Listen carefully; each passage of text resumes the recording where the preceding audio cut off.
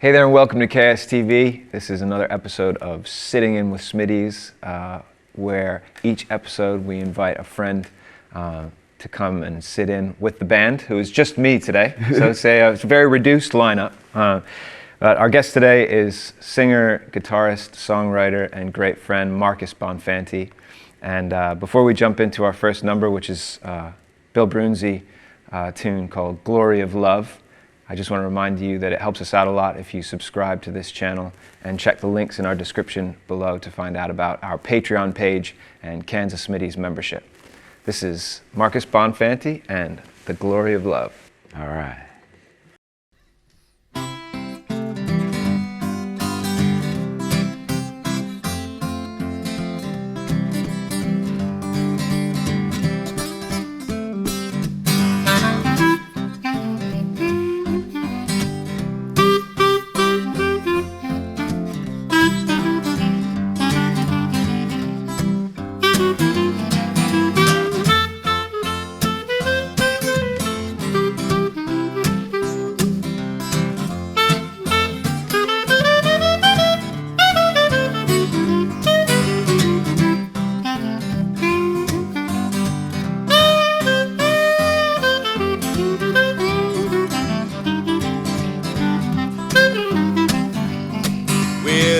Give a little, take a little. Oh, let your poor heart break a little, 'cause baby, that's the glory of love. And you win a little and you lose a little. Oh, sometimes you get the blues a little, but baby, that's the glory of love. Well, as long as we got the two of us, we got the world and all its charms. As long as there's the two of us holding each other's arms. You win a little and you lose a little. Oh, sometimes you get the blues a little, but baby, that's the glory of love.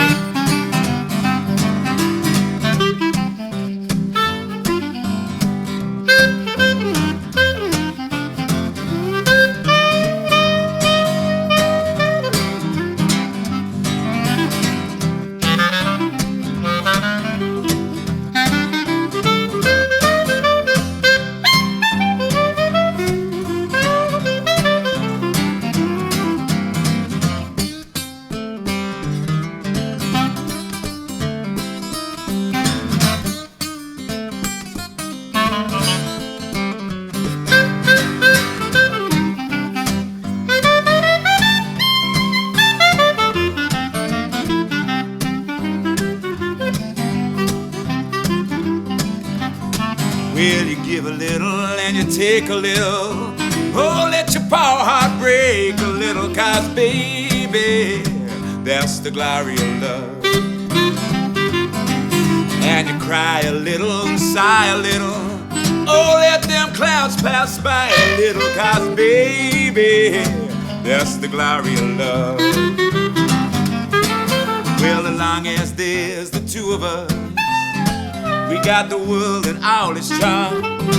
As long as there's the two of us, we'll be holding each other's arms. You win a little and you lose a little.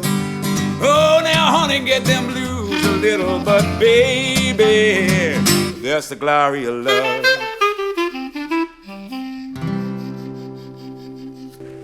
Yeah, Marcus. Killer, man. Wicked, man. Can't ever have enough of the glory of love, can you? Nah, man. Good message, isn't it? Yeah, it's the best, the best. Right, we hope you enjoyed that. And we'll be back with some more music after our interview with Marcus Bonfanti, so stay tuned.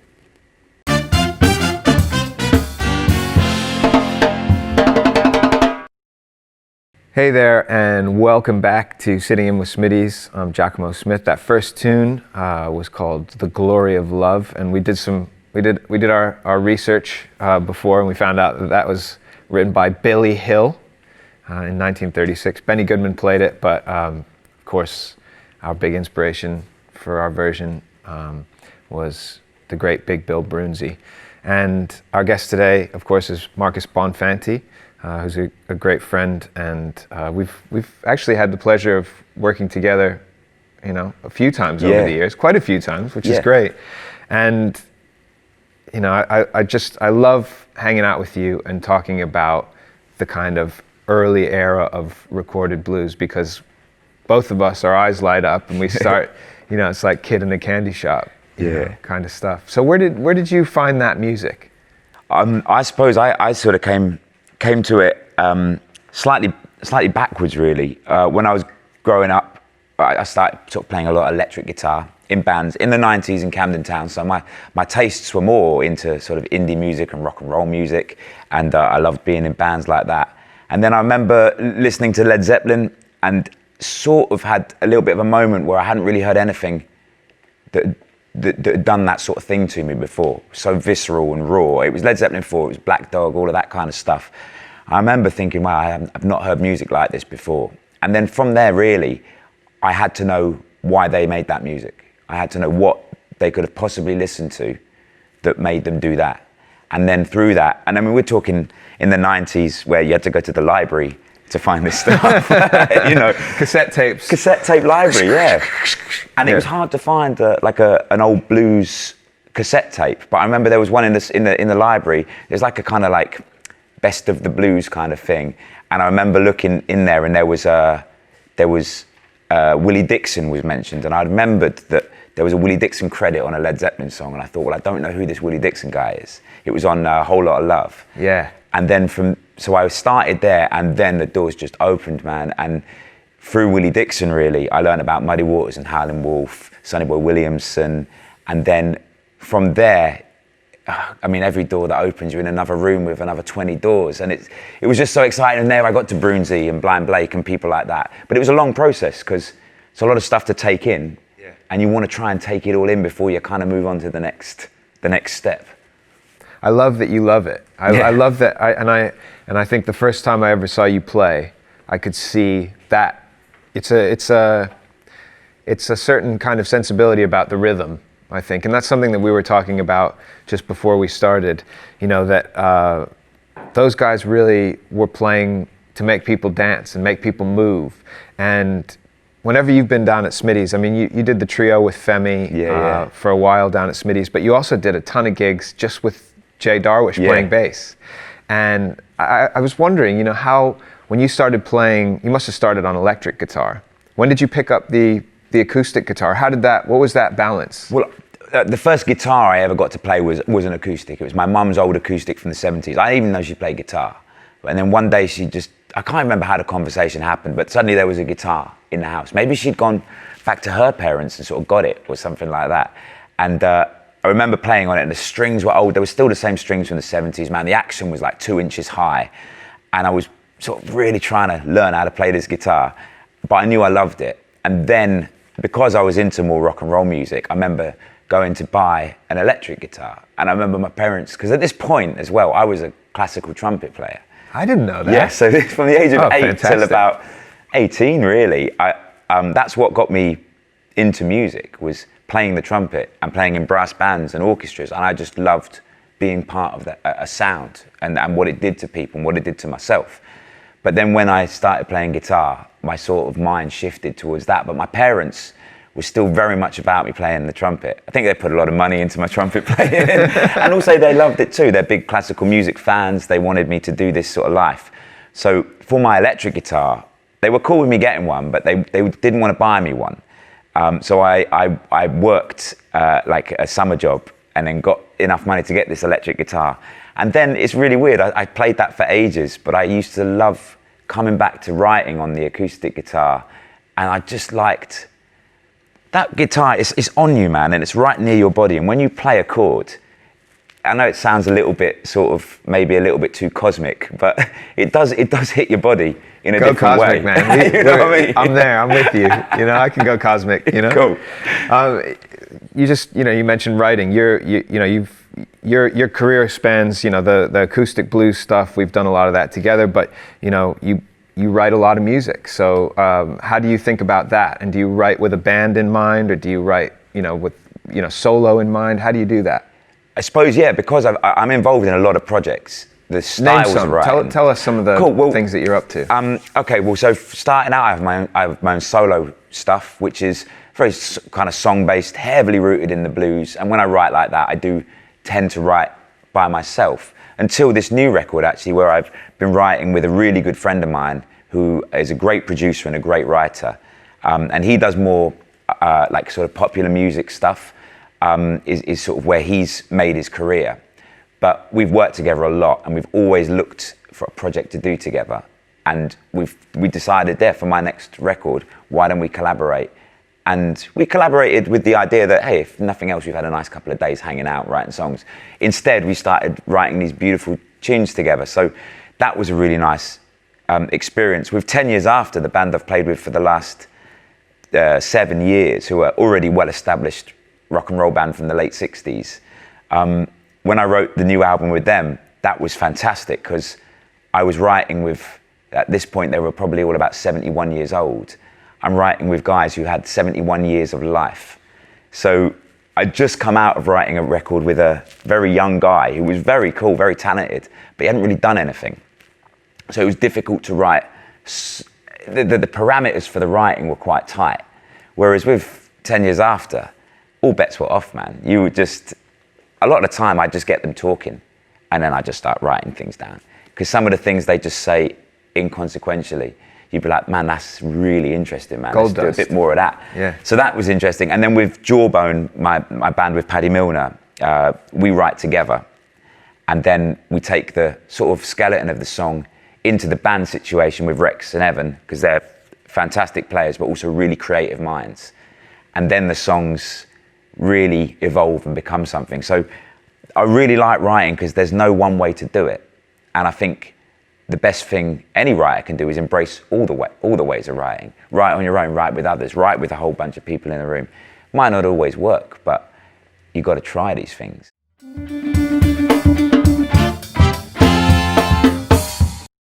This is Sitting In with Smitty's. Our special guest today is Marcus Bonfanti, and you know, you're so rooted in the blues, but you take that seed and you've grown it into all of these various projects that you play with, and we're going to talk a little bit more about that after this. But I you know, coming from the jazz end of things, you know, there's always the looming question of what is jazz, because jazz is the thing that's just in that section of the record store, that's the jazz and blues section. And then you go there and there's like, you know, all types of music just in the jazz section. You know, it's like, you know, I could talk for a while about what jazz is, but I'm curious to talk to you about what blues is. And if you have a, you know, kind of a thing that you say to people like me, yeah, when they ask you that. I don't know. It's so difficult because I still don't quite get the genres so much. I know why they're there and I know why they have to exist, but I really find myself not thinking in those ways. So when someone says, a lot of people do come up to me after shows and say, I didn't think I liked blues, but I really enjoyed what you did. And half of you wants to sort of say, well, that's because we kind of did do a lot of blues, but we also played a little bit of jazz. We played some country music today. We played some songs. We just basically played some music at you. Right. And we really enjoyed doing it. And it was good. And it was good. And we kind of got that infectious feeling with you, didn't we? Like, because you enjoyed it. But no one wants to hear that. But also you do sort of think, well, what have you been listening to? Right. I mean, when we play at Ronnie's with the Blues Explosion, a lot of people come up to me and say, I didn't know I liked jazz. And you go, if you enjoyed that, you probably still don't like jazz because we played some quite heavy electric blues. Right. So maybe don't. But it's weird with the genres. That's where people think I'm in Ronnie's, I'm in a jazz club. What I'm doing is I'm listening to jazz. But like you said, there's so much in it. So with the blues, man, I always think it's such a wide scope to be able to create in. But maybe the fundamental things is a certain spirit and a certain feeling and a certain truth. Yeah. And I think a lot of that comes lyrically. But what you were talking about earlier with the rhythm and the feeling that is put into the guitar playing as well, it's all very lyrical. Yeah. Everything that happens. And I think that's for me where if you were going to try and define blues, you'd look for maybe those hallmarks in other music where there is that spirit and that feeling and that truth, man. Like I said, that maybe I'm doing a disservice to other genres because I'm not that experienced in them, but I really only find that in the blues. Yeah, I think you know one of the blues tropes is that people say that it's a sad music. And I've never felt that way. I've always felt that it was much more uplifting than it was sad. And it's that kind of cathartic thing of when you talk about your problems, you feel better about them. Exactly. You know what I mean? And rhythmically, I think, you know, the thing that, what we were talking about with the kind of, you know, Big Bill's thumb just plowing along, just making that rhythm. It's like, you know, it's the power of the train and that kind of, it's almost like journeying music. Yeah, you know? man. It's, you know, Beethoven is great for kind of, you know, flowing, you know, lyrical phrases and stuff, but there's nothing like blues when you're traveling, you know what I mean? But I suppose maybe it is, because if you look at the history of blues, it is a music that has traveled many, many miles. You know what I mean? Yeah. When you look at where it's come from, where it's the journey that it took, even just the journey it took across America. Yeah. It is a traveling music, man, and it's a storytelling music. It's people picking up stories, and that's why you find so many common lyrics throughout the blues genre. Is because I listened to a great radio podcast on just centered around "Coming in My Kitchen," but Robert Johnson, "Coming in My Kitchen," and the guy sort of picked it apart, but not in a too analytical way, and just showed you where a lot of those ideas from that song had come from Son House, from people, from Charlie Patton, and little lyrics that existed in songs that slightly predated that. So obviously Robert Johnson went on this journey, met these guys, heard these songs. Whether or not he lifted them intentionally, it doesn't matter. They were in his head. In his head, yeah. And then when he came to create his own piece, all these things came from the journey that he took. So yeah, it's probably reflected in the rhythm and everything about it, that idea of going somewhere, learning things. And so you've traveled the world playing music, and you've played on some huge stages. You played with 10 Years After, you played your own, you know, big gigs, but you still like returning to the small clubs like Smitty's. And why is that? Because it's a different gig. It's a totally different gig. It's kind of weird to think. It's when you start out, you kind of dream of playing on these big stages. That's the kind of those dreams that you have when you start out playing, especially when you're playing in like a rock and roll band. The sort of trajectory is for those things that you saw on VHS of like Zeppelin at Nebworth and things like that. And it's like, and then you kind of start doing them, and you still love them, but it's kind of weird. You realise that the real enjoyment you got was actually when you were younger. And maybe it is because you get that feeling about when you're younger and you had that sort of surge of adrenaline and all that thing of playing in small clubs. And it's kind of maybe trying to find that feeling again. So when I play in a small club and I can see the audience and I can see the reaction, I can feel the warmth in the room.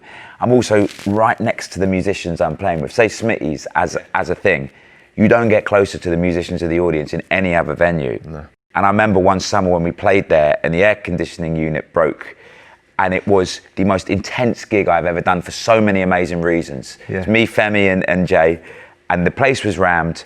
And at no point did anyone even raise the question that we were all getting a bit too warm. I don't even think anyone even knew the air conditioner was broke, because the vibe was cooking in there. Right. And I remember driving home with Jay after that. He gave me a lift back, and we didn't have the energy to speak to each other on the journey back. We just sat there soaking wet, and every now and then someone would sort of try and speak and then just go, no, it's not, got nothing. But you don't get that nowhere else. Yeah. That feeling of togetherness. And I loved that show, and I love playing in them small clubs. And maybe I don't want to sound like that sort of slightly privileged. Well, it's great to play the small clubs because I also get to play the big stages too, because I know not everyone gets to do that. Yeah. But for me in my life, after playing a lot of large venues, I do crave small clubs. But conversely, after I've played a lot of small clubs, I do kind of crave getting out onto a big stage and just blowing it away a little bit. So it's the balance. Yeah. It's the balance.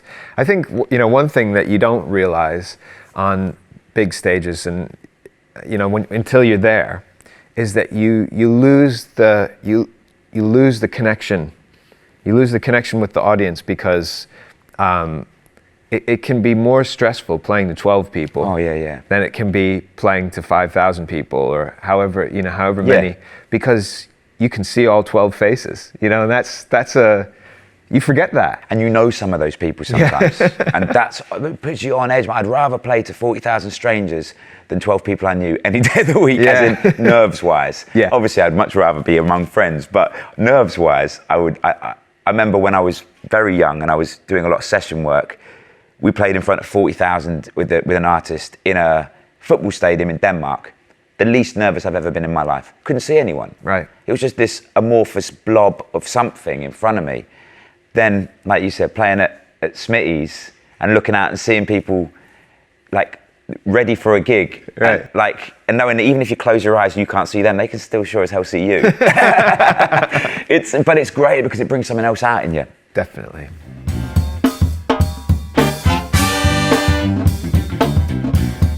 This show is called Sitting In with Smitty's, so I have to ask you a memorable experience of sitting in with bands or having people sit in with your band.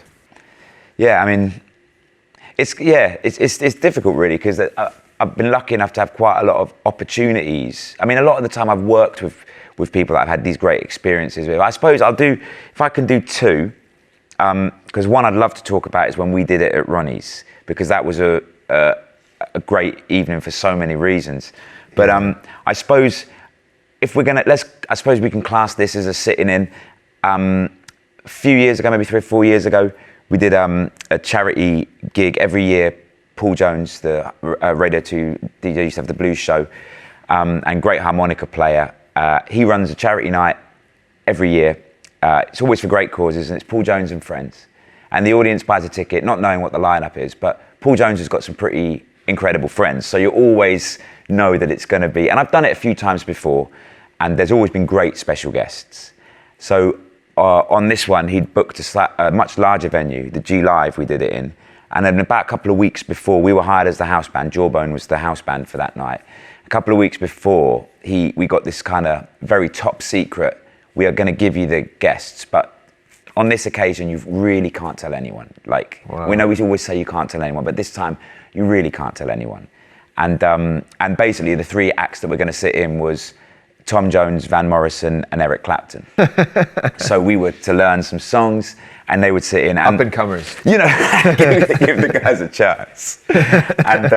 And it was, yeah, I don't want to go too much into that because it was, you know, as you can imagine, it was a great experience. But the 2 things that from that, you know, idea of someone sitting in with your band. I mean, we're Jawbone, man. We had 1 record out beforehand. We've done some touring. We love being our band and stuff. And then we've got Clapton sitting in with us. Right. I always in my dreams as a kid thought maybe I might get lucky enough to sit in for a song with Clapton and his band. Right. But in my head, I was thinking, so Clapton's sitting in with us tonight. I know it wasn't really like backwards. That. This is great. In my head, I was like, wow, that's kind of... So anyway, and there was a moment where I was sort of just in a bit of a dream throughout this thing, and then he played a lick that sort of snapped me out, like a Clapton lick that I'd heard every guitar player under the sun play before. But coming out of Clapton, it's like, oh yes, sir, that's how it should sound. And then I realised I'm playing rhythm guitar while this guy burns 2 choruses, and I was like, oh wow, this is... And then the second one was Tom Jones, who at one point sang a phrase. He was doing "Ain't No Hell," old blues tune, and he sang a phrase that literally floored everyone. And you think this is an 80-year-old dude, and then you realise it's not an 80-year-old dude. This is Tom Jones, man. And then you remember the lineage and how much he knows about the blues. I've seen footage of him just talking blues, and he knows all the songs. Big Bill Brunsey fan, man. He's a big Brunsey fan. I didn't know that. I heard him do a version of Jump Back years ago as well, which is a song that no one really ever does and no one really ever thinks about. And yeah, you kind of think, yeah, he knows it all. Wow. So that was kind of like, I know it's not strictly sitting in because we were booked to back then, but I suppose you could kind of... It's funny with that stuff. You do have to, you can go into a space where you're not there because you're so in awe of the moment. And I think with those moments, they're so fleeting that you almost have to remember to be present. Yeah, I know. Because otherwise it's over before you realized it. You know? So it's amazing that you were able to kind of savor it. And I snapped out of it for a bit, but it was probably, I think all of us sort of agreed, it wasn't until in the interval after, I think the first special guest was Clapton, we still had Van Morrison and Tom Jones to go. I think in the interval, no one spoke to each other. We all just sort of went to our separate corners and just tried to process what had just happened. Yeah. And then suddenly we were back on stage again. But I suppose more traditional sitting in was when you guys invited me down to do your Ronnie's thing. And I mean, not just because we're sat here now, but I was really honoured, man, because that was a big night for you guys at Ronnie's. I know you played Ronnie's before. No, it was our first first main show there. Well, there you go. Yeah. So I was very honoured, and we've been playing at the bar, messing around. We've been having a good time playing at the bar. That's the tune. But, exactly. Messing around and that no was more. the song we did. Yeah. And it was I loved that because the way that, when I first heard your band, I said this to you earlier. It's new music. It's original compositions, but done in a sound that I've missed hearing. I've heard people do trad stuff in that style, traditional songs, in that style. But the original compositions, you almost have to ask, is that one of yours, or is that a really obscure song I've never heard before? Because not because it's so stylistically there, because it's such a good tune, and you've heard it in that, using the instrumentation and the arrangements that you really love. Because I love all the pre-war blues stuff, and there's a lot of crossover. Huge amount. I love that blurred boundary as well. That's for me, that's my golden age of music. And I asked you the blues question, knowing full well that that's a horrible question to be asked, but I had to just because it's an interesting talking point.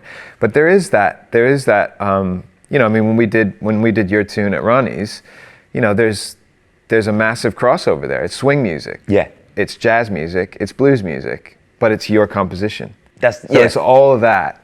And that's where you start to really have fun, isn't it? Oh yeah, and I mean I remember having it was just a great time, and it's you sort of as a guest as well, I quite like that feeling, because it's almost like an intense version of getting up and playing, because you're like, these guys have invited me to come and play, so I need to show the band and the audience that I was worth inviting onto the stage. Do you know what I mean? Because you don't want that feeling of, it was all good until that guy got up. Right. So it's not that kind of pressure where you just feel like it's that honor thing, man. You're saying like, I've been invited into this, and I was watching the gig beforehand, and I was thinking, I just can't wait to get up and be part of what I'm seeing on stage. Yeah. And that's kind of a nice thing about sitting in, is it's a rare thing, because you don't really get that from seeing maybe an opening act before you play, because they do their thing, then it stops, then it all resets, and then you do your thing.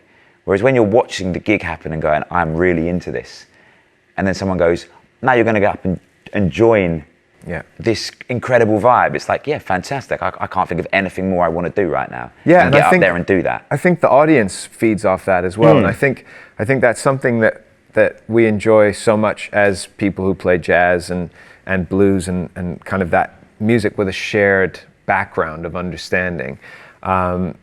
The audience picks up on that excitement. And you think of the bands like I think of Tedeschi Trucks and Wolfpack right now, who are going back and finding all the legends, and they're pulling them out, and they're saying to their audience, you should know who these people are, and they invite them to sit in, and they make Taj Mahal sound better than he's sounded in the past 20 years, and Wolfpack does that with David T. Walker and whatever. They find the Motown legends and they pull them out, and I think that's something that we are really privileged to be able to do. So I've always felt a great pride when we spoke earlier about that English blues explosion. I've always felt a kind of sense of pride in the fact that it took I know there's a little bit more to this than what I'm about to say, but it took the Stones for America to realize they had Howlin' Wolf and Muddy Waters.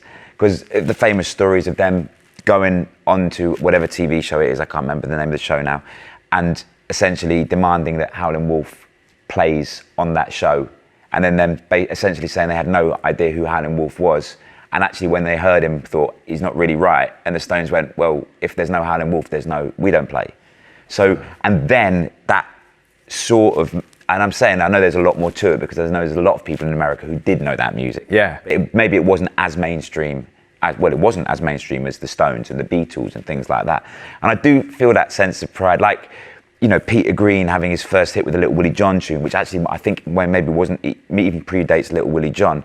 And you have all these British bands from this tiny little weird island that we are, who got hold of these records that just spun their heads out. Yeah. And then they tried to recreate this thing. And then when they got to go back to America, going, you guys invented this music we play. You've got to know about. So here, look, we present to you Howlin' Wolf. You should have known. Right. Yeah. Yeah. You know, he was here the whole time. He was here the whole time. Yeah. And then there was a little renaissance after that with all the folk festivals and that with Skip James kind of coming back with Mississippi John Hurt kind of having a second career where he was sort of truly appreciated.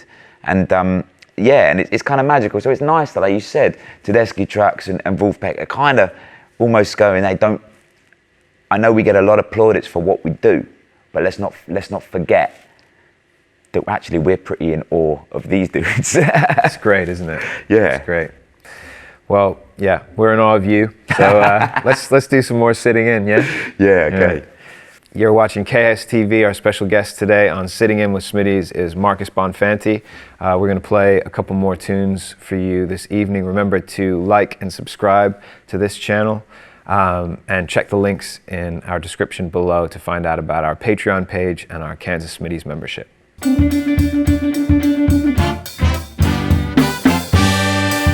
Thanks for sticking around. This is, as promised, our little tribute to Josh White. This is called Jelly.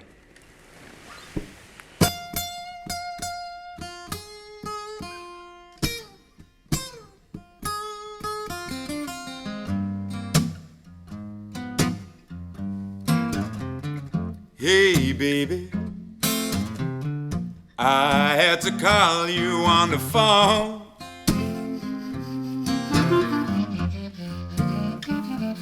I said, hey, baby, I had to call you on the phone. You know I miss you, honey.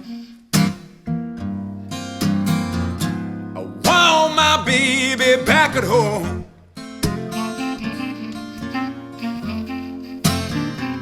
Well, it's a downright rider. It's a low down dirty shame.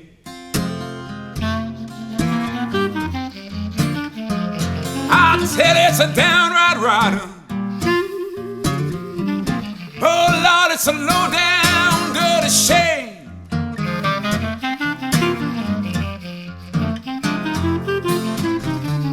You mistreat me, baby. Oh Lord, you've only got yourself to blame.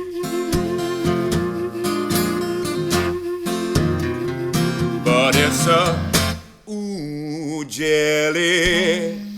Jelly stays on my mind. Hey, Lordy, Mama, great God Almighty. Jelly. That jelly stays on my mind. That jelly roller killed my mammy. Oh, slap my pappy stone blind.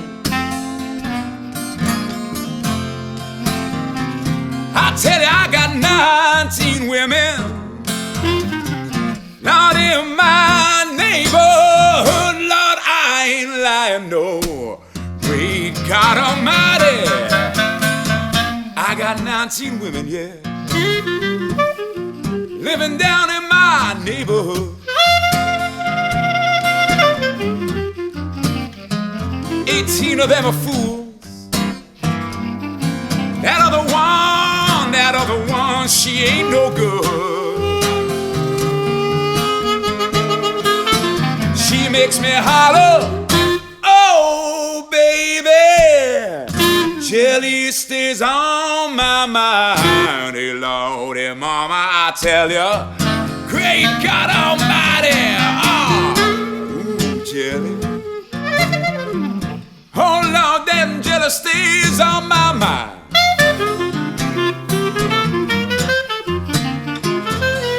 That jelly roller killed my mammy. Slap my pappy stone blind.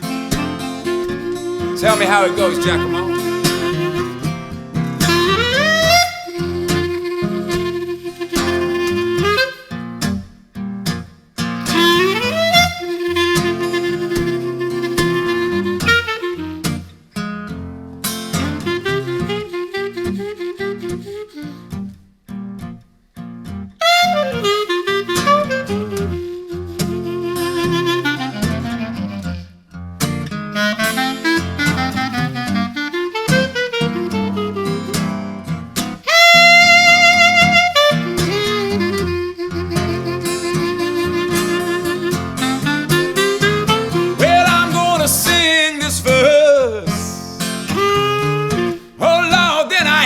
gonna sing no more. Ain't you happy?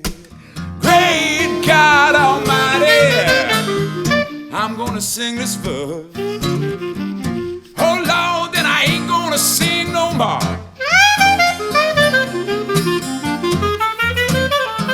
So leave your man outside, put your husband over there, down by the door.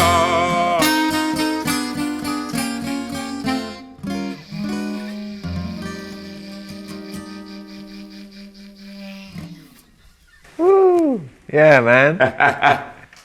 Thanks so much for tuning in to Sitting In with Smitty's. Remember to subscribe to this channel to find out when we're posting new episodes, and to check out our old episodes of all our Live at Fives and our other KSTV productions. And also remember to check the links in the description below to find out about our Patreon page, where you get some extra bonus features, and our Kansas Smitty's membership. Thank you again to Marcus Bonfanti for being here. It's always, such a pleasure, man. Oh, mate, pleasure's mine. Wicked, Yeah, thank you. Fantastic. And we're going to close out with a tune from Blind Boy Fuller. And what's this one called again? It's called Rag Mama Rag. Rag Mama Rag. The Rag Here Mama we go. Rag, okay.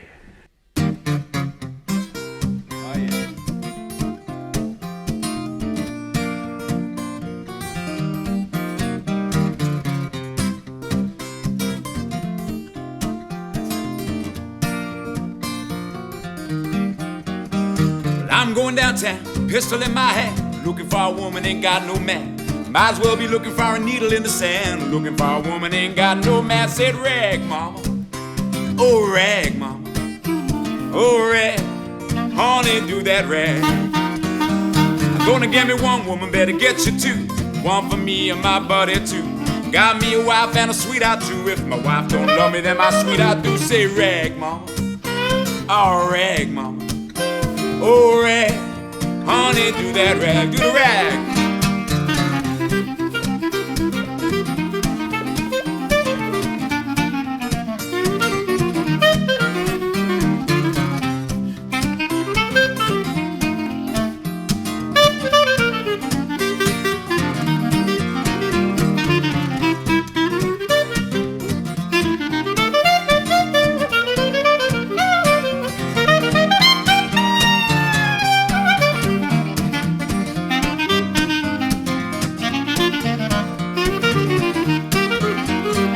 I'm going downtown, pistol in my hand, black jock in my pocket, don't know for that man.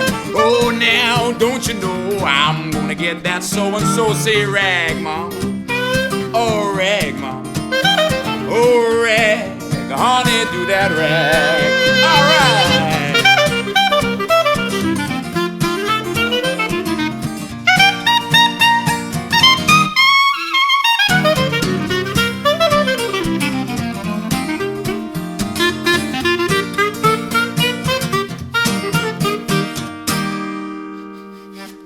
Hey! Rag Mama Rag.